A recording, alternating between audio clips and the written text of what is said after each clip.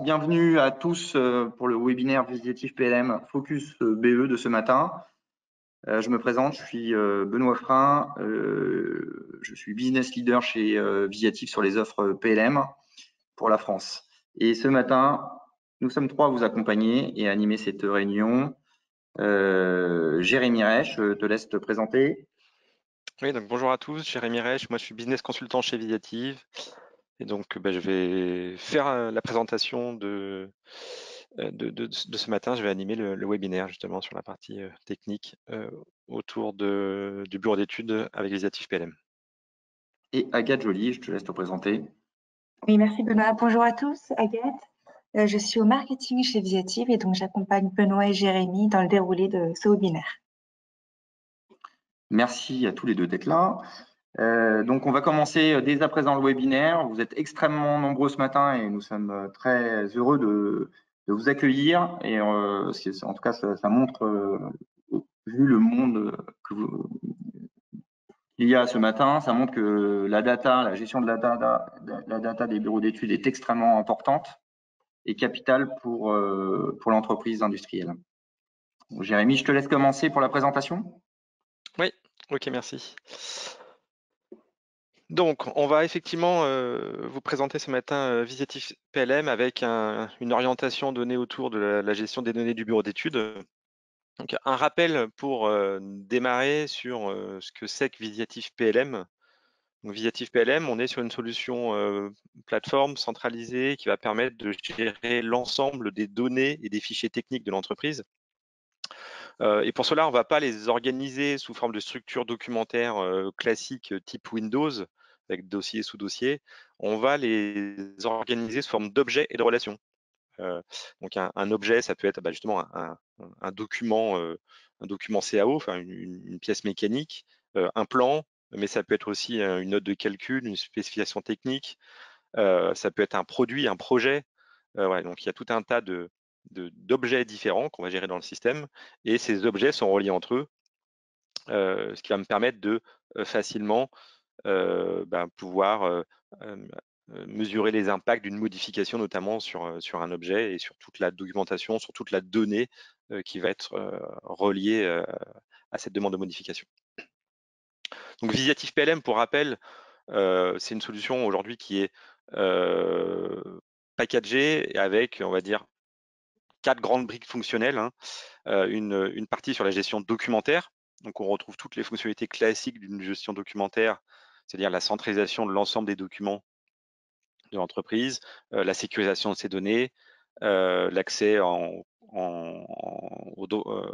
consultation, en modification à ces données, les cycles de validation et l'accès à l'historique également des modifications sur l'ensemble des documents. On va avoir le pendant de la GED pour la donnée de conception, donc ça va être notamment le sujet du jour, avec les mêmes fonctionnalités que pour ce que je viens d'évoquer, hein, la centralisation de l'ensemble des données, partage d'informations, cycle de validation, sécurisation, accès à l'historique, mais avec la particularité effectivement de gérer les données de conception, les données de CAO, notamment les notions de lien parent-enfant entre les assemblages, les pièces et les plans.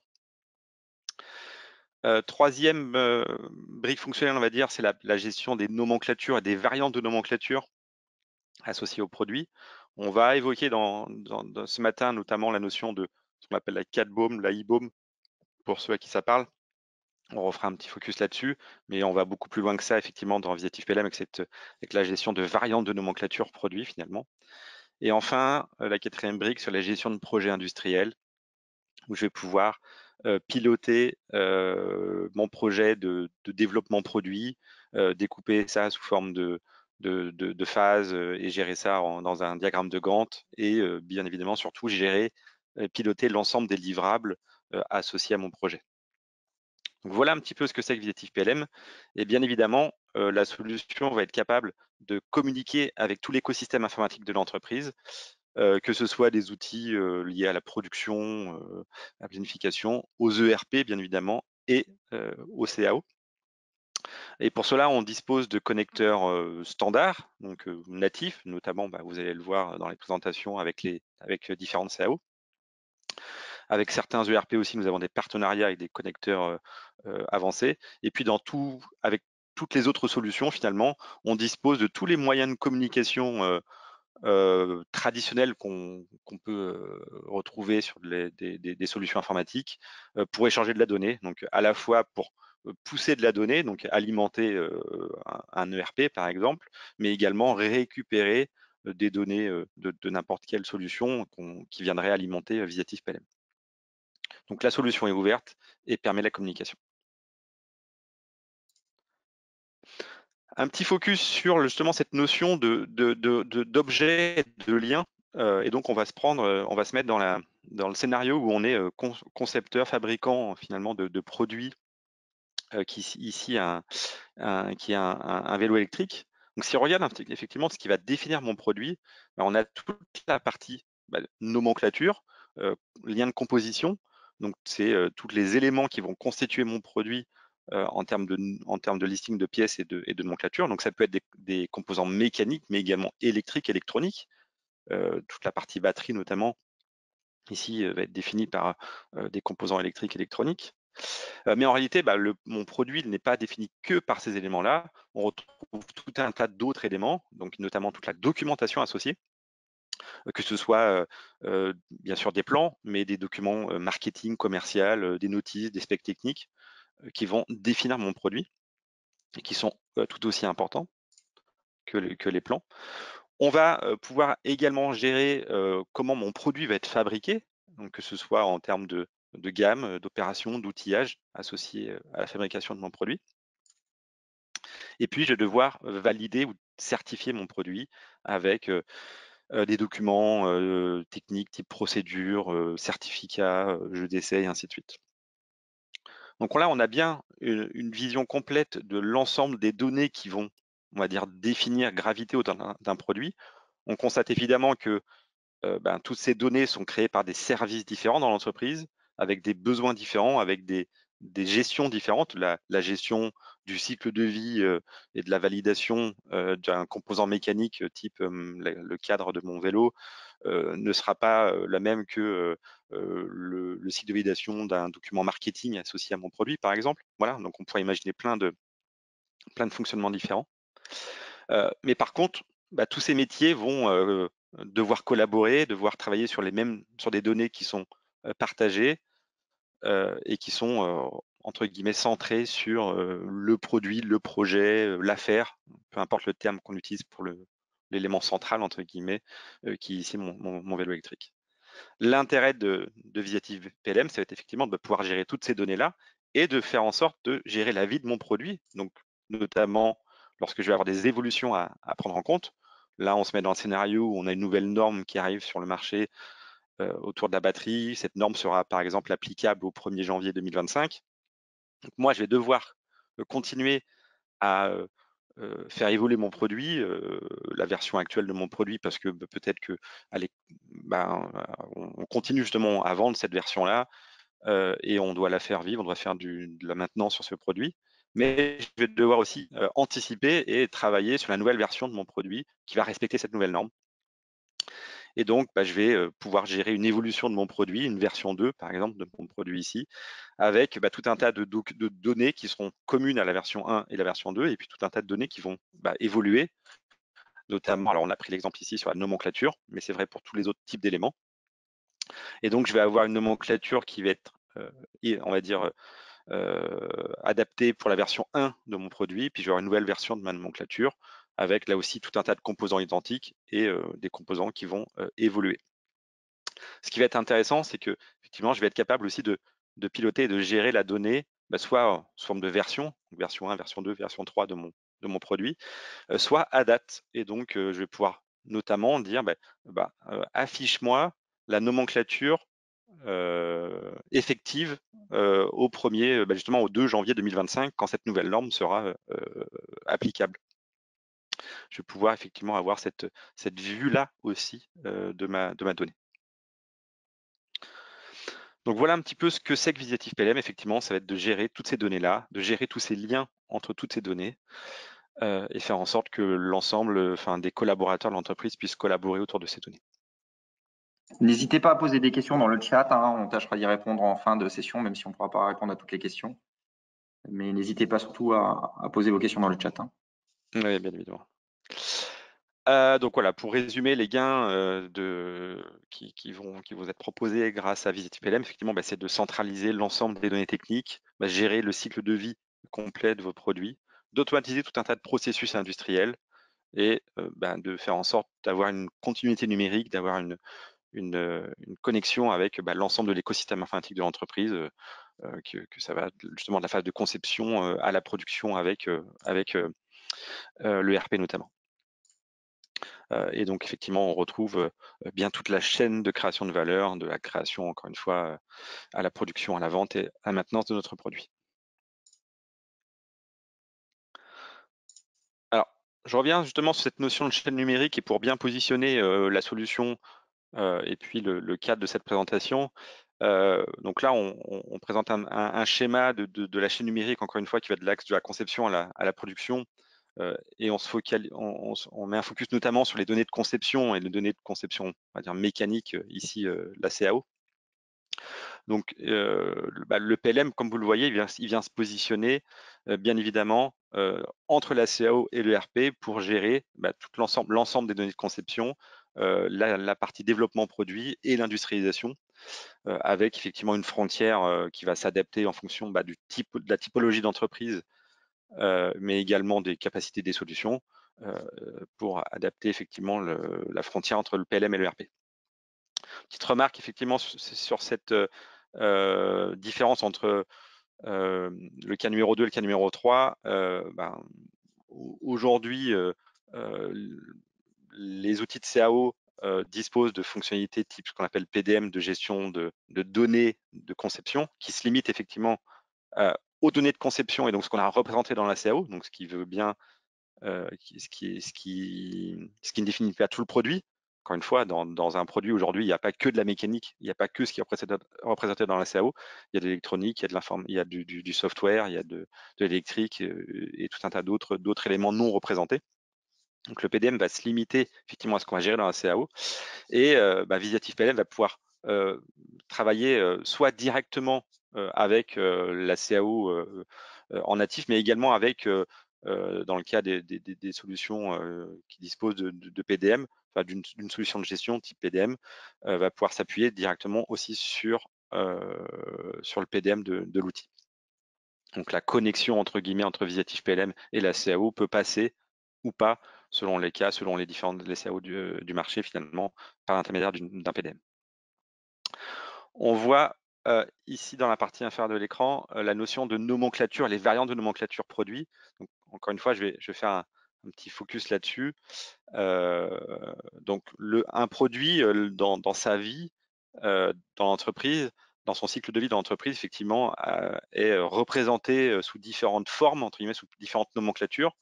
On a encore une fois ce qu'on dessine côté conception, donc là, côté conception mécanique dans la CAO, ce qu'on appelle la CAD-BOM. On a ce qui représente complètement le produit avec les multimétiers qui vont définir le produit, donc la CAD-BOM, donc la mécanique, l'électronique, l'électrique, le software, et on va concaténer tout ça dans une e-BOM, la nomenclature d'ingénierie. Et enfin, on va gérer l'industrialisation, la production avec là des variantes de nomenclature, notamment la M-BOM, la Manufacturing BOM, qui va avoir la représentation de la nomenclature au sens production. Alors, ça, c'est un point extrêmement important et qui va être un gain essentiel pour les acteurs du bureau d'études. On va, avec Visiatif PLM, différencier la notion de fichier et d'article. On va bien différencier la notion de conception, le fichier de conception et le produit au sens article, au sens ERP aussi du terme. Alors à quoi ça correspond? Ça veut dire que jusqu'à présent, quand on n'avait pas d'outils de gestion de données, et puis avec l'arrivée de la CAO 3D sur le marché et des capacités de la CAO, on avait tendance, dans les fichiers de conception, dans les plans, dans les fichiers 3D, à gérer beaucoup d'informations. Un exemple concret, c'est de faire apparaître je sais pas, un traitement de surface dans une pièce mécanique ou une couleur, par exemple, dans une pièce mécanique, dans un plan et dans un fichier 3D.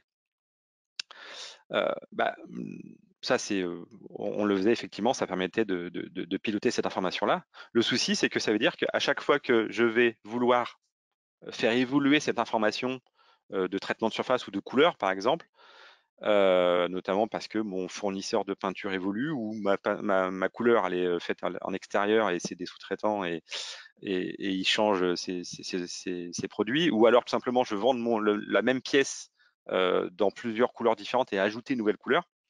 En gérant cette information côté conception, on est obligé à faire intervenir les concepteurs du bureau d'études, à venir dupliquer des fichiers de conception qui sont des fichiers lourds, les fichiers de conception de D3D, quoi qu'on en dise, sont des fichiers qui sont relativement lourds, avec une gestion complexe. Et donc, on faisait dupliquer tous ces données-là et pour, au final, sortir, par exemple, 2 plans identiques avec, pour seule différence, une différence de couleur. Et donc, une information différente dans un cartouche ou dans une nomenclature. L'intérêt de Visiative PLM est de rajouter cette couche article dans l'outil. Ça va être de dire, on va bien séparer la notion de données de conception. Donc, la CAO, elle est là pour définir la géométrie et le plan de fabrication d'une pièce, le plan de définition d'une pièce. Et ensuite, ce plan et ce fichier 3D vont renseigner un objet, un article, qui, lui, va être produit et qui, lui, va être complété, qui va être défini par ce plan, par cette pièce 3D, par éventuellement tout un tas d'autres documents, on le verra aussi dans la présentation. Une note de calcul, justement, des specs. Donc, on a tout un tas de données qui vont définir mon article. Et puis, des informations qui viennent aussi d'autres métiers, parce que c'est pas forcément le bureau d'études qui doit maîtriser l'information de est-ce que c'est une pièce peinte ou de telle ou telle couleur avec tel ou tel traitement de surface, est-ce que c'est une pièce plutôt qui a une opération en sous-traitance ou pas. Voilà, c'est plutôt le rôle des métiers comme l'industrialisation, les méthodes, voire les achats, qui vont renseigner cette information-là. Et donc, on va avoir accès à cette information côté article. Donc ça, c'est hyper important, vous le verrez rapidement aussi dans la présentation. Et donc, pour finir sur cette notion et ces concepts, entre guillemets, qu'on va présenter dans Visiative PLM, et on parle ici de la différence de nomenclature donc entre la CAD-BOM et la IBOM. Donc la CAD-BOM, encore une fois, c'est la nomenclature de conception, ce qui est défini, ce qui est représenté dans la CAO mécanique, avec une notion d'assemblage, de pièces, de sous-ensemble, et ainsi de suite. Et de l'autre côté, je vais avoir la IBOM, la nomenclature de définition du produit, qui va bien sûr être construite à partir des nomenclatures de conception. Donc je vais récupérer ma nomenclature de conception mécanique et je vais la construire, mais en fait je vais la modifier, je vais travailler dessus. Il y a plein d'exemples ici à traiter. Premier exemple, la différence de niveau de détail qu'on va gérer dans cette nomenclature. Moi, en tant que concepteur mécanique, j'ai besoin d'utiliser un vérin d'un fabricant dans lequel j'ai dû télécharger un fichier 3D. C'est un assemblage, il y a tout le détail de mon vérin, le corps, la tige, les joints, et ainsi de suite. Et donc, j'ai le détail, j'ai un sous-ensemble dans ma CAO. Côté définition produit, côté justement entre guillemets industrialisation, ce vérin, c'est un composant acheté. Et le niveau de détail, d'avoir le détail de ce qui se passe sous le vérin, entre guillemets, il n'est pas intéressant côté définition produit. Donc on a bien déjà un premier niveau de détail qui est différent entre la nomenclature de conception et la IBOM. Il y a tout un tas d'autres exemples. Il y a la notion de contexte. Pour certains d'entre vous, quand vous devez dessiner une machine, un produit, vous êtes obligé de le dessiner dans un contexte, dans un environnement. Par exemple, si c'est une machine dans une usine, j'ai besoin de dessiner l'usine, ou certains composants de l'usine parce que je dois travailler autour de poutres, de poteaux, et je vais pas pouvoir je vais faire attention que ma machine ne passe pas, ne soit pas bloquée par la structure du bâtiment, par exemple. Donc, il y a tout un tas de contextes d'environnement. Et puis, il y a tout ce qui n'est pas représenté. À l'inverse, dans la CAO mécanique, on a un niveau de détail et peut-être qu'il y a tout un tas d'éléments non représentés. Ça peut être aujourd'hui des emballages, des documents, de la colle, de la graisse, ce genre de choses qu'on ne va pas représenter dans la CAO et pourtant qu'on a besoin de consommer qui vont définir mon produit. Et bien évidemment, j'ai également la même chose ici avec les autres métiers de conception, on va dire, l'électronique, l'électrique, le software, l'automatisme, où je vais définir tout un tas d'éléments qui vont alimenter mon produit. Alors, on a quand même une petite différence entre la mécanique, notamment, et l'électrique, l'électronique. C'est que en mécanique, on va concevoir et définir beaucoup de nouveaux produits, de nouvelles pièces, avec des plans, avec des itérations de conception. Le plan doit être, enfin, on va pas forcément le dessiner bon du premier coup, il y aura des itérations, il y aura des allers-retours sur la pièce. Alors qu'en électronique, en électrique, c'est beaucoup de consommation de pièces du commerce. Une carte électronique, alors mis à part la carte en elle-même, tous les composants qui constituent la carte, ce sont des composants du commerce. Et donc tous ces composants-là, par principe, ils vont pas évoluer, il n'y a pas de cycle de conception avec des allers-retours comme on peut l'avoir en mécanique.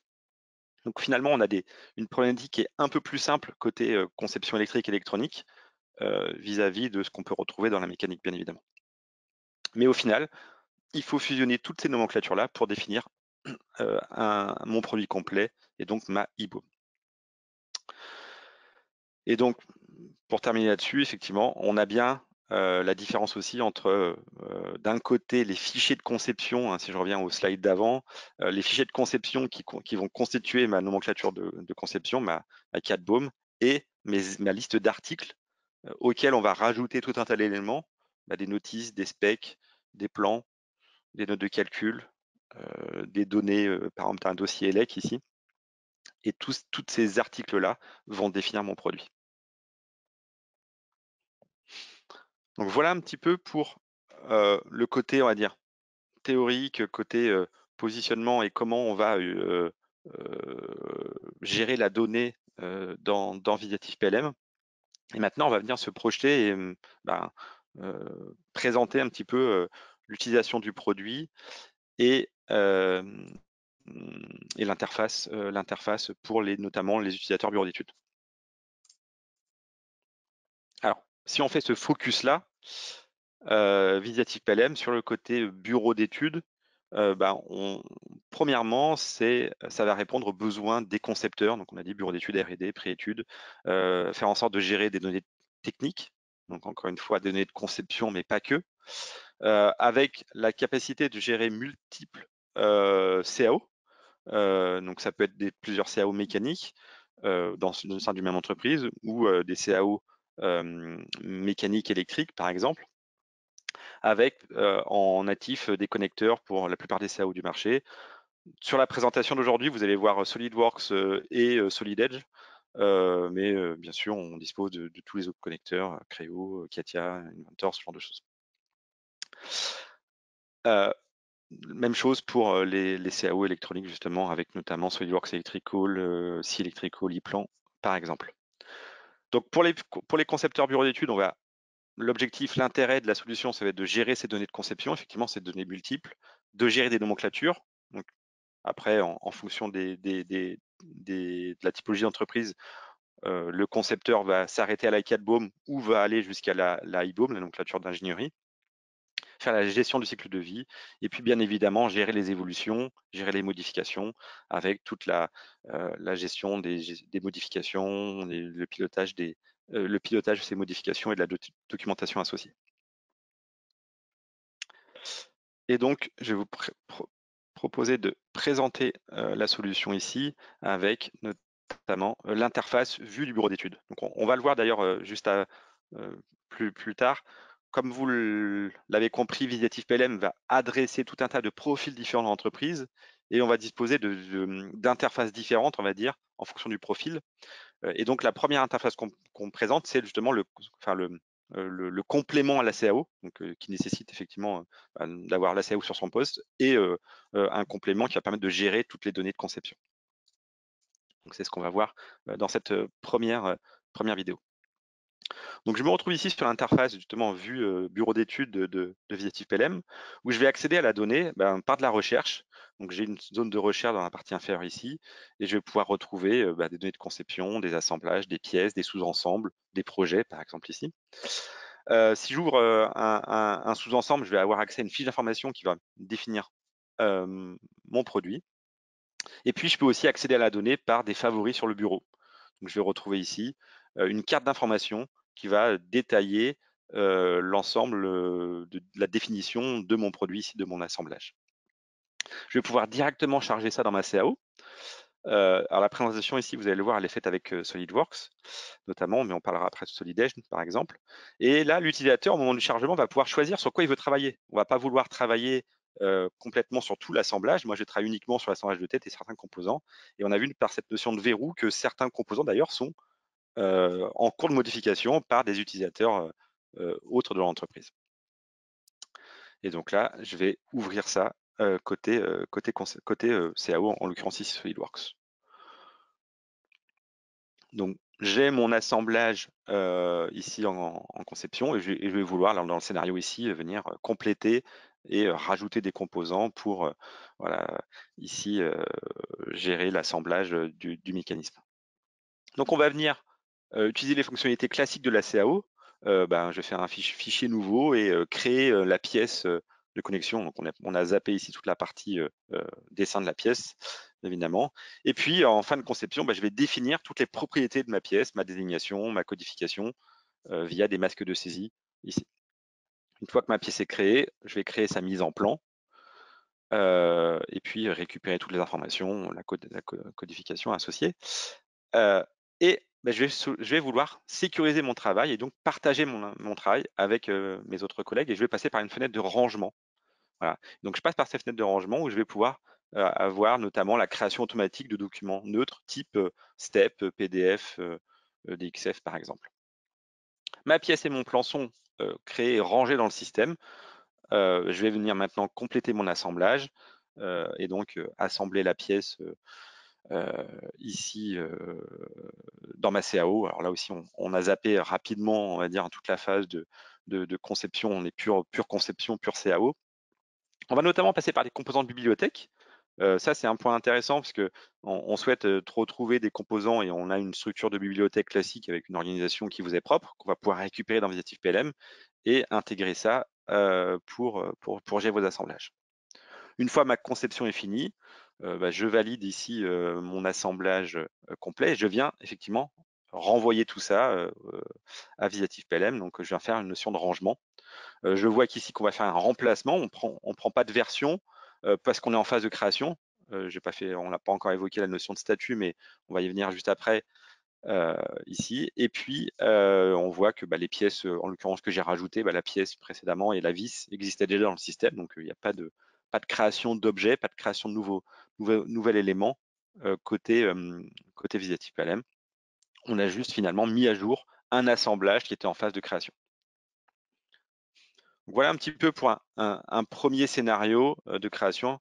Je reviendrai rapidement après ces quelques vidéos sur les autres CAO et sur l'interface.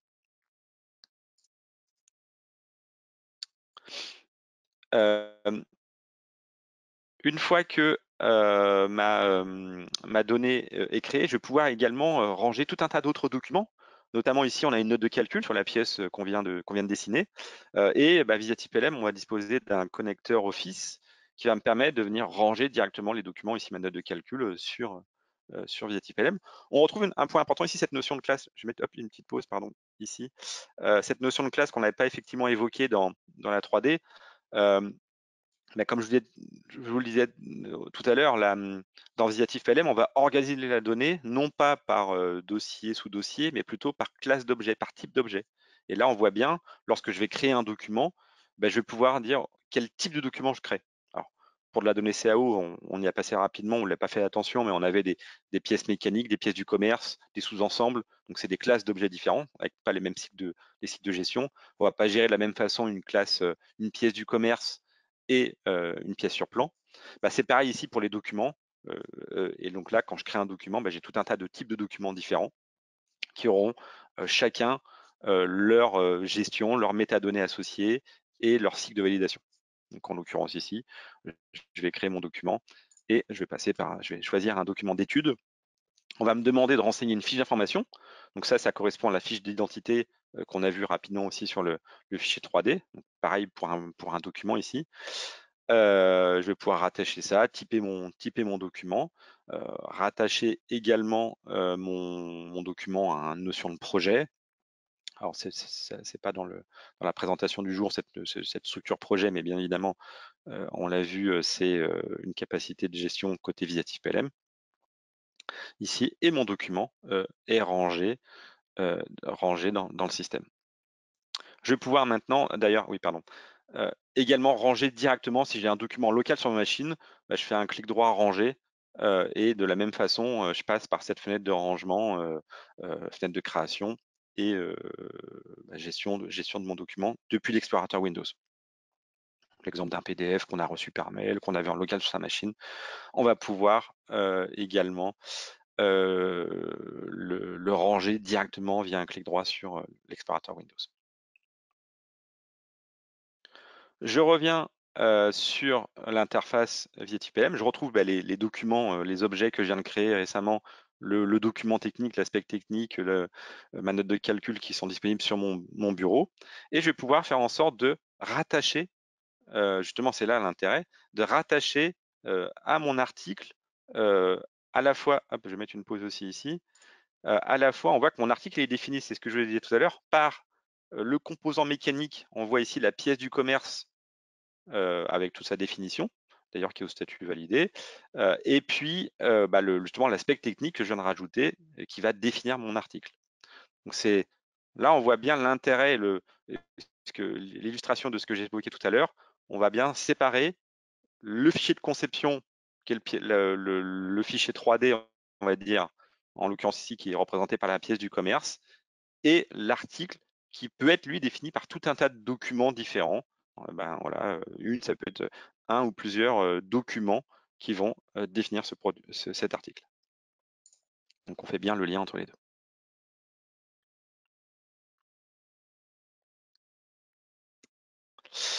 Et juste, dernière animation ici sur la partie justement cycle de vie documentaire. Donc là, on retrouve la pièce que je viens de créer qui est disponible encore une fois sur mon bureau, donc j'y accède très rapidement et je vais pouvoir la faire passer dans un cycle de validation. Et donc, je vais pouvoir modifier son statut. En l'occurrence ici, hop, je vais faire une petite pause aussi, où je vais rentrer dans un cycle en fonction du profil de l'utilisateur. On pourrait imaginer plusieurs routes, entre guillemets. Là, vous voyez, je vais pouvoir valider, m'auto-valider ou passer par un cycle de validation avec tout un workflow associé. Bien évidemment, ceci, c'est personnalisable par rapport à votre façon de travailler et puis c'est adapté au type d'objet sur lequel je travaille, donc là sur une pièce mécanique, et également au profil de l'utilisateur. Moi, si je suis je sais pas, chef de projet, je peux m'auto-valider. Si par contre je suis dans un utilisateur ou sur un composant, on va dire, qui est plutôt sensible, je vais forcément devoir passer par une phase de validation avec une autre personne qui viendra relire le plan, relire la pièce avant d'être validée. Donc là, je passe par mon circuit de validation. On va pouvoir automatiser, bien évidemment. Ici, on a sélectionné que la pièce, mais on va pouvoir dire, tant qu'à faire, on propage ça au plan. Et donc, la pièce et le plan vont être validés en une opération ici. Et puis, je retrouve justement ces liens entre ces objets. Donc, directement depuis la CAO 3D, je retrouve le lien vers l'objet de mise en plan. Et on voit que mon plan est également validé.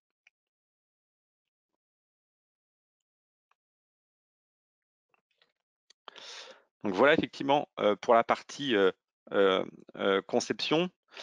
Donc je reviens ici, je vous ai dit qu'on a présenté ici l'interface de Visatif PLM, notamment avec SolidWorks, mais je vais le faire en live entre guillemets. On a la même chose pour toutes les CAO. Ici, j'ai illustré autour de SolidEdge notamment. Donc, comme vous l'avez vu pour tout à l'heure SolidWorks, intégré dans la CAO, vous avez la barre d'outils, toutes les fonctionnalités de Visatif PLM, donc, notamment cette barre d'outils ici. Je vais avoir une vision en temps réel de ce qui se passe sur mon espace de travail et notamment, je vais pouvoir savoir si ce que j'ai à l'écran est à jour, si en l'occurrence ici, j'ai cette notion de verrou qui m'indique que mon document est actuellement en cours de modification par un autre utilisateur. Et si je passe mon curseur d'ailleurs dessus, je vois qui travaille sur quel document. Donc j'ai une vue en temps réel de ce qui se passe entre guillemets entre mon écran ici ce que j'ai ouvert à l'écran et ce qui se passe réellement sur le dans le PLM, dans Visiative PLM avec l'ensemble des collaborateurs qui peuvent venir travailler sur des sous-ensembles, sur des composants de mon produit ici. Je vais tout simplement pouvoir faire un rangement pour renvoyer mes modifications. Je n'ai pas illustré ici tout le scénario de création et ainsi de suite, hein, mais c'est la même chose que ce que vous avez vu dans les vidéos. Je passe par une fenêtre de rangement pour renvoyer l'information et collaborer avec l'ensemble de l'entreprise dans Visiative PLM. Je reviens quand même sur cette notion-là d'action. Là, vous voyez qu'il vient remplacer mon fichier. Je suis en version A, révision 1, et je suis dans un statut, on va pouvoir le mettre ici, un statut initial. Je suis en phase de création dans le cycle de validation de mon produit. Et donc, on considère que tant qu'on est dans un statut initial, on ne va pas vouloir forcément changer de version et garder toutes les actions et toutes les versions, toutes les modifications qu'on a apportées dans un CAO. Et donc, par défaut, ce qu'on propose, c'est de venir écraser, entre guillemets, ma donnée. Et donc là, quand je vais ranger, je vais remplacer le fichier existant qui était stocké dans le système par cette nouvelle version de mon assemblage. Bien évidemment, j'ai la main pour choisir, entre guillemets, les actions que je veux réaliser, notamment si je veux créer des versions et des révisions. Et puis, si mon document avait été au statut validé, forcément, je n'aurais pas pu remplacer. Il m'aurait directement proposé de créer une nouvelle version de ma géométrie. Voilà. Et je reviens aussi sur cette notion de génération neutre. Vous l'avez vu rapidement dans la vidéo. Dans Visiative PLM, lorsque je vais ranger des fichiers depuis ma CAO dans le système, je vais pouvoir demander à créer des fichiers neutres. Et donc là, je peux choisir notamment un PDF pour les plans, et puis des fichiers neutres ici, des steps, des DXF, enfin tout un tas de formats que vous avez besoin de générer, qu'on peut demander à générer automatiquement à la création. L'intérêt, c'est de faire en sorte que on ne se pose pas la question, le concepteur, il a créé sa pièce, il a créé son plan, le PDF est envoyé, puisque le PDF, c'est ce qui est utilisé notamment par l'ERP et par l'atelier pour fabriquer.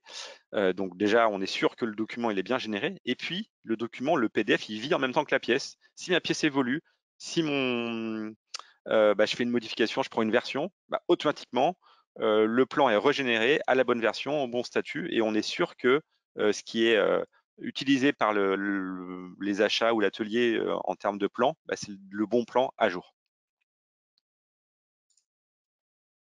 Ok, bon, je ne vais pas aller jusqu'au bout ici, mais voilà, juste pour illustrer le fait de retrouver l'interface Visiative PLM, quelle que soit la CAO. Donc ici, Solid Edge, on l'a vu dans la vidéo SolidWorks, mais encore une fois, Katia, Creo, enfin, je ne vais pas tout lister. C'est vraiment le même principe de fonctionnement, notamment avec les spécificités de chaque CAO et la gestion des pièces, des plans, des configurations, des familles de pièces et ainsi de suite. Tout ça, c'est complètement géré et traité par Visiative PLM.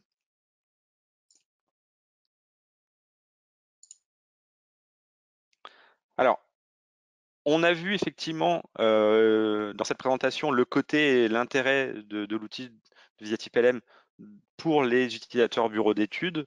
Alors, on n'est pas allé très loin dans la conception des nomenclatures, on a vu vraiment juste la gestion. J'ai créé des pièces, j'ai créé des plans, je les ai rangés, je les ai organisés et j'ai associé notamment des notes de calcul, par exemple, avec des composants. Bien évidemment, après, il y a toute la partie gestion des nomenclatures. Mais là, on va plutôt juste pour terminer cette présentation, voir le côté, on va dire, accès à l'information et en consultation pour les autres acteurs de l'entreprise qui vont vouloir accéder aux données de conception, récupérer des données, récupérer des dossiers de plans, gérer des nomenclatures, les envoyer à l'ERP et ainsi de suite. Enfin voilà, il y a tout un tas de scénarios possibles et ce qui est offert par Visiatif PLM. Et donc là, on va se mettre dans cette vue-là. Donc une interface différente en fonction des collaborateurs, je vous le disais tout à l'heure. Côté bureau d'études, on l'a vu, c'était l'interface avec le connecteur CAO intégré. Pour les utilisateurs orientés plutôt documentaire, consultation, projet, on va avoir une interface web beaucoup plus graphique, mais avec tout un tas de fonctionnalités adaptées à leurs besoins. Donc en l'occurrence ici, je vais retrouver dans mon interface la possibilité bien évidemment de consulter les données. Donc là, je vais retrouver la liste des produits, la liste des conceptions mécaniques. Je retrouve ici tous mes produits. On part ici sur par exemple, le détail d'un produit, c'est un VTT. Je vais retrouver sa fiche d'information. Je vais retrouver l'accès en consultation à la nomenclature, à la CAD-BOM, donc la nomenclature de conception, avec une vue sur toutes les pièces et tous les assemblages, notamment via un aperçu ici de tous les composants. Et puis l'accès ici à un dossier de plan qui a été généré automatiquement, où on va venir concaténer l'ensemble des plans de mon projet. Par exemple, on doit envoyer ça soit à l'atelier, soit à des sous-traitants. Et notamment, ce qui est hyper intéressant, c'est le fait de rajouter ce statut en watermark là sur les documents. Et donc, on est bien sûr qu'on est en train ici d'envoyer des plans soit validés, soit comme c'était indiqué ici, au statut initial. Donc, j'accède ici en consultation aux données 2D, notamment l'ensemble des plans via ce dossier de plan par exemple, mais également en consultation 3D via une visionneuse, un viewer 3D. Et donc là, je peux aller visualiser. Ici, on a pris l'assemblage de tête. C'est du fichier SolidWorks, donc on va l'ouvrir avec la visionneuse hydraulique, mais en réalité, vous avez le choix sur la visionneuse utilisée, entre guillemets, qui va permettre de venir consulter le modèle 3D directement ici.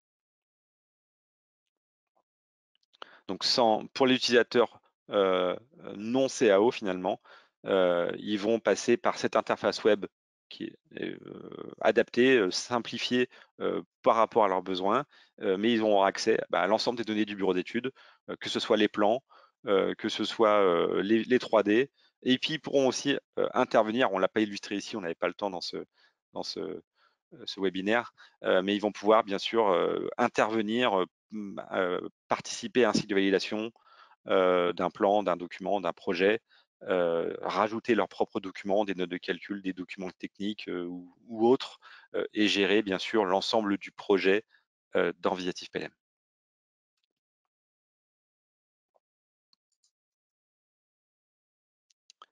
Hop, non, c'est la même vidéo, pardon, qui redémarre. Donc voilà pour ce que je voulais présenter ce matin pour les bureaux d'études. Et on se laissait un petit peu, on avait prévu de se laisser justement un petit peu de temps pour répondre à vos questions. Donc n'hésitez pas, j'ai pas la vue moi sur les questions ici. Merci Jérémy en effet pour cette présentation. Je vais aller voir les questions. N'hésitez pas à poser vos questions dans le chat. Alors on a une première question, c'est bonjour. Le Visiatif PLM gère-t-il les articles issus des pièces multicorps, par exemple mécano soudure, tube, tôle, articles commerce à souder? C'est la première question. Alors, on va dire oui, ça dépend du besoin. En fait, là, le fonctionnement est complètement différent selon les types d'entreprise. Si vous fabriquez vous-même chaque composant d'une structure mécano-soudée, par exemple, on va créer, pourquoi pas, un article par corps. Par contre, si vous êtes plutôt, vous définissez une structure et ensuite c'est sous-traité, en réalité, ce que vous achetez, c'est le multicorps directement, et donc on va gérer qu'au premier niveau l'article de base, quoi. Donc les deux sont possibles. Là, on va s'adapter en fonction du besoin de chaque entreprise, et puis aussi à la spécificité de chaque CAO, parce que cette gestion est différente selon les CAO. Ok, deuxième question. Quand on monte de version sur une pièce, vous nous dites que ça met à jour le RP. Mais comment cela fonctionne? Comment le RP accède aux fichiers PDF, par exemple? Alors, ouais, on n'a pas illustré effectivement ici cette notion de lien, le lien ERP, mais effectivement, l'idée c'est d'avoir cette continuité numérique, et donc on va faire en sorte que les deux solutions communiquent, Visiatif PLM et votre ERP, et à chaque fois que je vais passer par un processus de validation, notamment, ou un changement de version, je vais, on l'a vu, générer par exemple un PDF associé au plan, et ce PDF, alors il ne va pas être envoyé. Alors là, il y a plusieurs technologies, encore une fois, selon les les ERP, et puis suivant ce qu'on décide de faire. Mais la plupart du temps, c'est je suis connecté à mon ERP, j'accède à une fiche article, donc j'ai un lien URL de mon article vers le plan. Et en fait, ce qui s'ouvre, c'est le plan qui est stocké dans Visatif PLM. Donc déjà, ça évite d'avoir de la duplication de données. Et puis, ça évite que l'utilisateur il ait besoin de savoir où est stocké le document. En fait, on va s'intéresser au rôle de l'utilisateur. Si moi, mon rôle, je suis plutôt côté production, côté atelier, et donc mon outil de travail habituel, c'est le RP, bah, mon interface, c'est le RP. Par contre, j'ai besoin d'accéder à des données qui sont hébergées dans Visatif PLM. En réalité, bah, on fait en sorte d'avoir un lien entre les deux et que l'utilisateur vienne cliquer sur le bouton pour afficher le plan. Et ce qui est affiché, c'est le PDF qui est dans Visatif PLM. Et techniquement, derrière, nous, c'est des échanges d'URL, on met à jour la donnée, entre guillemets, entre Visatif PLM et l'ERP. Alors, est-ce que alors j'ai du mal à voir toutes les questions là. Ah. Est-ce que le PLM peut nous dispenser d'un PDM pour la notion de version? Alors, oui, c'est ce que je disais tout à l'heure. Là, en fait, le fonctionnement dépend des CAO et des outils. Si je prends effectivement l'exemple de SolidWorks, où vous avez une couche PDM qui est proposée par Dassault, Visatif PLM est capable de travailler avec PDM directement, il n'y a pas de souci. Pour les utilisateurs équipés de SolidWorks sans PDM, on peut se connecter directement avec SolidWorks aussi. Tout est une question d'habitude d'utilisation, du profil de l'utilisateur aussi, entre guillemets, sur est-ce que c'est la même personne qui va créer de la donnée de conception et gérer les nomenclatures derrière, notamment la IBOM, ce genre de choses. Si c'est des personnes différentes, on peut avoir des interfaces différentes, c'est pas gênant, il y a des outils différents. Et puis avec les autres CAO, encore une fois, du Creo, du Solid Edge, du CATIA, ce genre de choses, les connecteurs ont des technologies différentes, donc soit on s'appuie directement sur la CAO, soit on passe par l'intermédiaire d'un outil de gestion métier associé. Vraiment, il faut discuter autour de vos besoins, autour de votre façon de travailler, pour savoir si on travaille avec ou sans cette couche PDM. Mais si vous avez un historique, si vous travaillez avec un PDM depuis longtemps, tout un historique, des habitudes de travail, si on s'arrête sur le besoin gestion de données mécanique, entre guillemets, Visatif PLM ne va pas avoir d'intérêt, il faut aller plus loin que ça, puisqu'il va avoir les mêmes fonctionnalités que le PDM que vous avez finalement.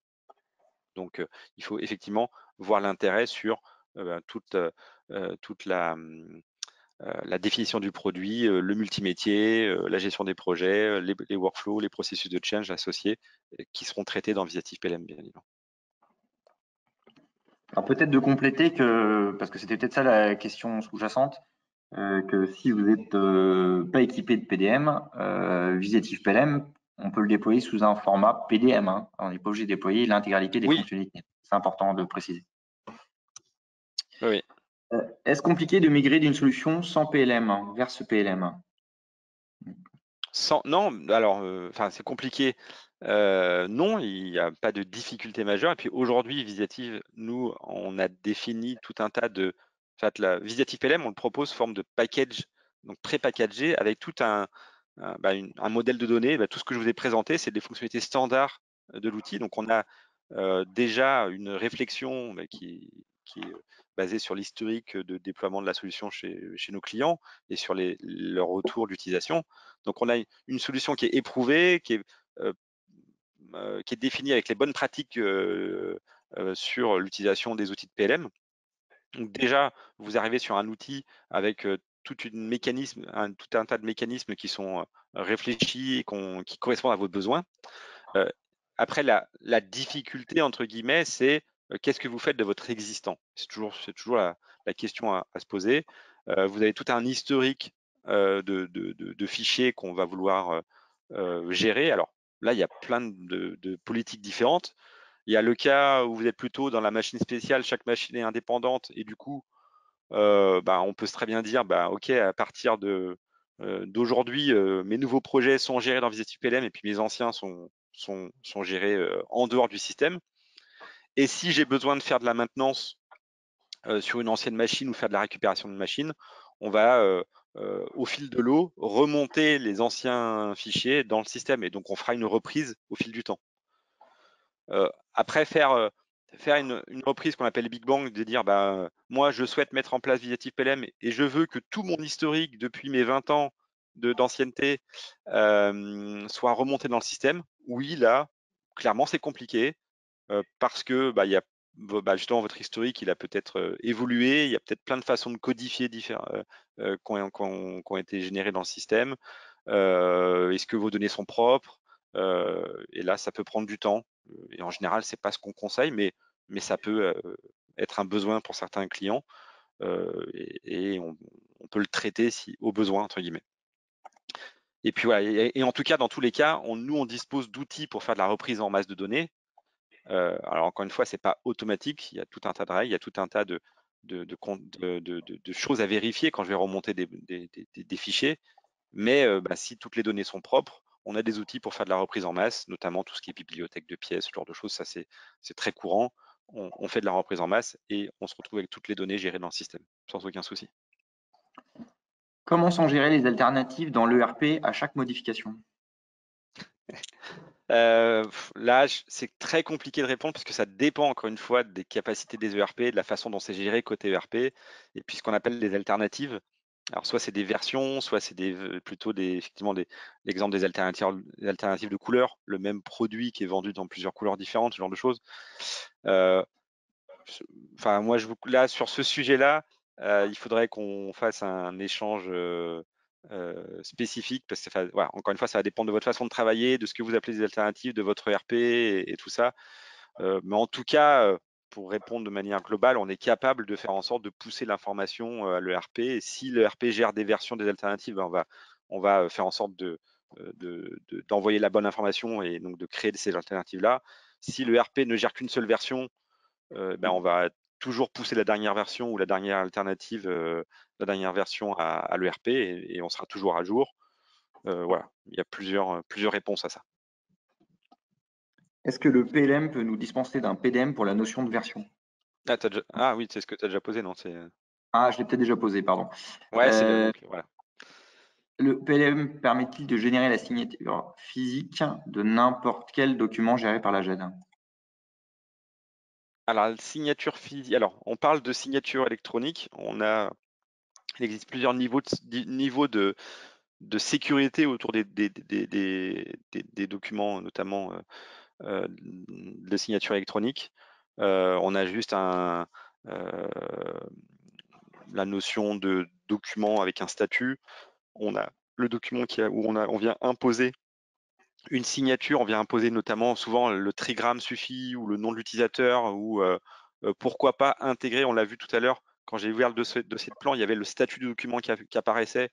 On pourrait imaginer à faire apparaître aussi d'autres informations, notamment autour des signatures. Maintenant, la notion de signature physique, sur le principe, au moment où je génère le document, pourquoi pas, on pourrait intégrer une image de la signature. Donc au moment où je valide un plan, j'intègre la signature dans le plan, mais ça reste des fonctionnalités. Enfin, ça reste il y a tout un tas de scénarios à traiter, donc ça peut être des cas qui peuvent être complexes à gérer. Il faut aussi se poser autour d'une table, réfléchir à vraiment quel est votre besoin, qu'est-ce que vous attendez, dans quel cas vous utilisez telle ou telle fonctionnalité. Mais sur le principe, on a des technos pour gérer tout ça, quoi. On parle effectivement de cas de baume CAO, mais qu'en est-il de la baume électrique qui n'a pas de CAO? Alors, c'est ce que j'évoquais rapidement tout à l'heure quand j'expliquais la différence entre les problématiques de la CAO et l'électronique et l'électrique. Donc, côté CAO, effectivement, on a cette couche 4 baume. Côté électrique, comme la plupart du temps, c'est des pièces du commerce, c'est de l'assemblage de pièces du commerce. En fait, la CAO électronique va directement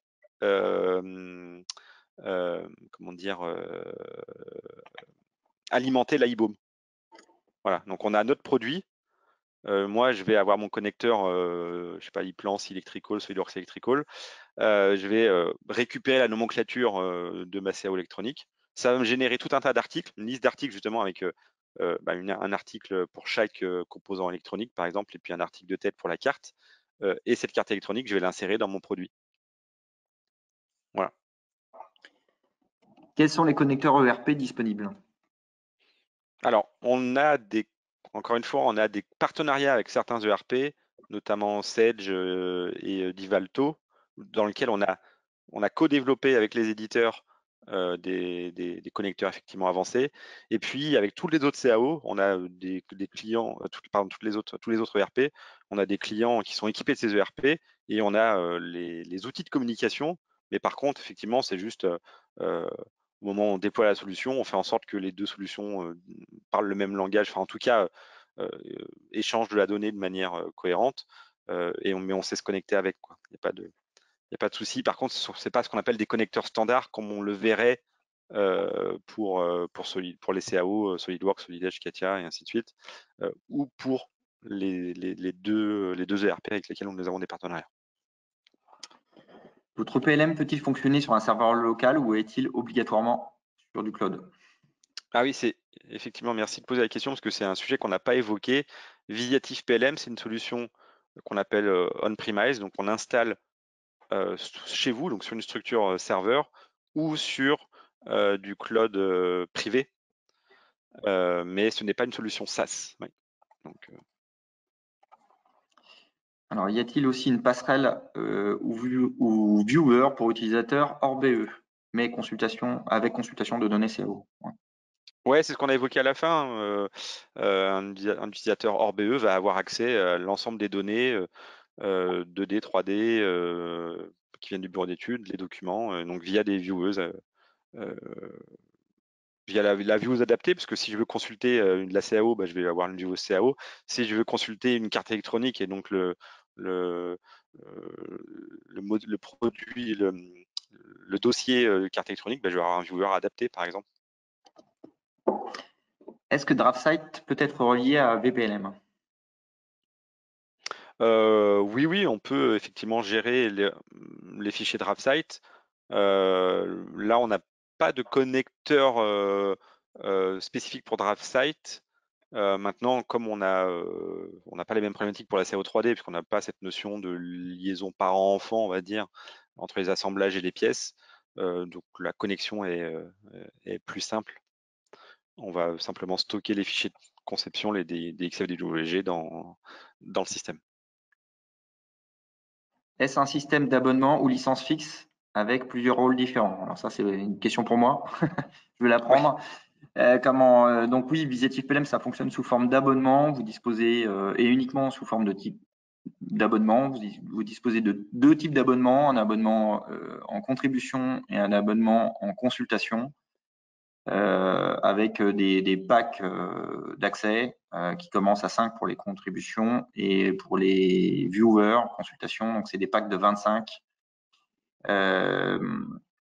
Voilà, donc ça fonctionne uniquement sous forme d'abonnement. Il n'y a pas de notion de rôle. Vous faites justement référence à la 3D Experience ici. Toutes les fonctionnalités sont incluses sans limitation à partir du moment où j'ai un abonnement de contribution. Alors du coup, il faut juste que j'attrape la question d'après. Est-il prévu de voir le PLM côté ERP, Sage X3 par exemple? Alors, on n'a pas prévu de le montrer effectivement dans ce séminaire. Maintenant, on pourrait organiser effectivement, pourquoi pas, un webinaire orienté connexion avec les ERP pour illustrer comment on fait ça.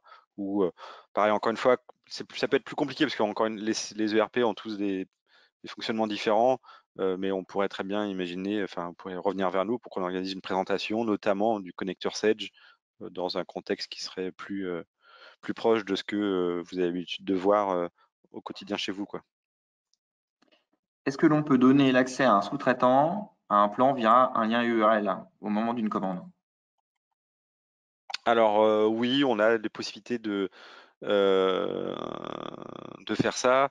Maintenant, encore une fois, il y a aussi plusieurs technos. Si on reste sur le principe de VisiTip PLM, qui est une solution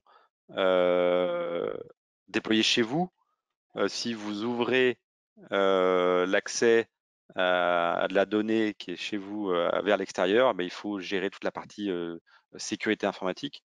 Donc là aussi, nous, VisiTip PLM, on est à jour et on est au fait et on fait évoluer le produit pour toujours être dans les dernières normes sur la partie sécurité informatique du produit. Mais là, la partie ouverture vers l'extérieur, c'est plutôt chez vous, côté infra, qu'il faut le traiter ici. Après, il y a d'autres technologies qui permettent de venir publier un document, cette fois sur du cloud, pour pouvoir facilement partager la donnée vers l'extérieur. Okay. Ferez-vous une présentation de l'utilisation de VisiTip PLM pour les autres services, méthodes commerciales par exemple? Déjà, oui, on avait fait une présentation, c'était quand? C'était en décembre, effectivement, sur plutôt le côté gestion de projet, gestion documentaire. Et puis bien sûr, on se tient à votre disposition pour organiser une présentation à votre convenance, hein, bien sûr, pour les usages que vous souhaiteriez étayer, bien entendu. Et pour ça, il suffit de se rapprocher de son interlocuteur commercial. Alors, il n'y a pas de viewer STO intégré, il faut donc installer des viewers sur les postes de consultation? Oui. Alors, le plan PDF doit être envoyé à nos fournisseurs, donc le lien URL ne suffira pas. Comment cela est géré? Ah oui, dans ces cas-là, si c'est un envoi, on fait un envoi. Je peux directement depuis l'objet plan, on a le lien pour envoyer le mail, et puis ça m'extrait le PDF et ça l'envoie. Après, on arrive dans notre sur Outlook et on envoie le mail. Maintenant, on a tout un tas de mécanismes associés à la gestion des envois on s'appelle des bundles documentaires. Et notamment tout ce qui est itération d'envoi, c'est-à-dire que vous allez pouvoir dire tiens, j'envoie à un instant T l'état et tous les documents attachés à mon projet, mon produit à mon client. Donc je fais une extraction, donc là on va faire l'extraction avec un bordereau d'envoi et le listing des documents qu'on envoie. Et puis si 6 mois plus tard on va envoyer une nouvelle itération de ce projet, l'outil va me permettre de savoir tous les documents qui ont évolué depuis le dernier envoi finalement. Et donc je sais ce qui a évolué, ce qui est nouveau, ce qui n'a pas bougé. Et du coup, je peux choisir de n'envoyer que les différences finalement et ne pas renvoyer tous les documents à mon partenaire, à mon client, à mon sous-traitant. Alors, pour être plus précis, que deviennent mes assemblages actuels lors de la migration? Doit-on les refaire? Ah non, bien évidemment, on ne refait pas les assemblages. On a une procédure de reprise qui permet de renvoyer, de reprendre un assemblage et toutes les pièces associées, et tous les liens seront conservés. Ouais.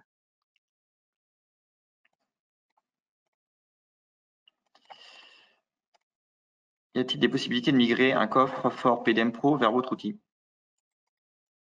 Oui, on sait le faire. Comme je vous le disais, on peut travailler avec, si vous êtes déjà PDM et vous souhaitez le conserver, ce qui est tout à fait possible. Et nous, on a des clients qui sont équipés effectivement à la fois PDM Pro plus VisiTip PLM. On peut le conserver, mais si vous souhaitez migrer et donc supprimer le côté PDM et migrer vers VisiTip PLM, on a des mécanismes pour faire de la reprise. Après, encore une fois, c'est au cas par cas, selon votre organisation, selon la façon dont ont été gérées les données dans PDM, qu'on reprend dans VisiTip PLM. Très bien, merci Jérémy pour ce complément d'information et toutes ces réponses. Pas de souci. On va arrêter là pour les questions. Vous êtes extrêmement nombreux, donc c'est difficile de répondre à toutes les questions. Néanmoins, on se tient à votre disposition et l'ensemble de l'équipe commerciale se tient à votre disposition pour répondre aux questions complémentaires que vous pourriez avoir et pour compléter avec d'éventuelles présentations si vous le souhaitez. Focus sur vos usages. Donc, n'hésitez pas à vous rapprocher de votre interlocuteur commercial habituel ou de revenir vers moi. Vous avez mes coordonnées dans les invitations que vous avez reçues. Voilà, bonne journée à tous. Merci à tous pour Merci, votre bonne journée. participation. Merci Jérémy pour cette présentation. Merci Agathe pour l'organisation. Merci Et à vous. bonne journée à tous. À bientôt. Au revoir. Merci, Au revoir. au revoir.